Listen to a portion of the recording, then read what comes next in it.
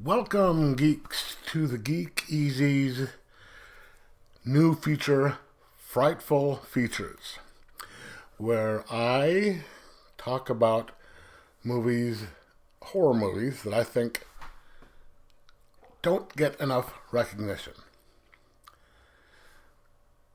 Today, we will be talking about the movie Woif. I think it came out in 1994. It stars Jack Nicholson, Michelle Pfeiffer, James Spader, and Christopher Plummer. Excuse me.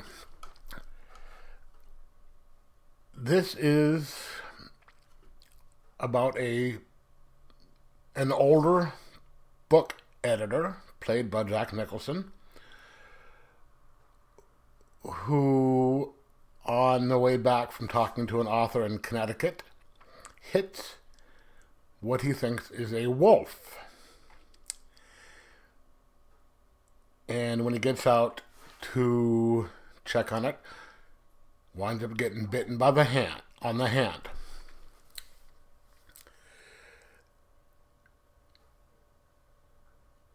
This character, this book editor, is kind of meek, mild. He doesn't, fight back a lot. He's about to lose his job because the publishing house that he works at is bought out by this huge conglomerate, and they are owned by Christopher Plummer's character. And his wife doesn't really, he and his wife are just stuck in this humdrum relationship. And so things aren't going well for him, but when he gets bit by the wolf, things start to change. And it was a werewolf. And this is kind of a slow burn of a movie, because it only takes place in a period of a month. So it shows how he goes from being this mild-mannered book editor to this with once the werewolf or the wolf starts taking over his personality. And of course, Jack Nicholson being Jack Nicholson, when he starts to go creepy, it gets creepy. And boy, is this a good movie. It's not super violent. It's not, really special effects laden. It's more story oriented, more character driven.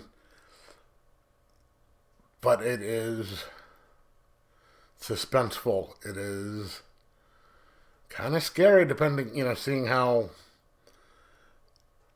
the changes in what happens, and the humanity around him. And I have to tell you, I saw this when it first came out in theaters and loved it. I have it on Blu-ray, and I watch it every once in a while still.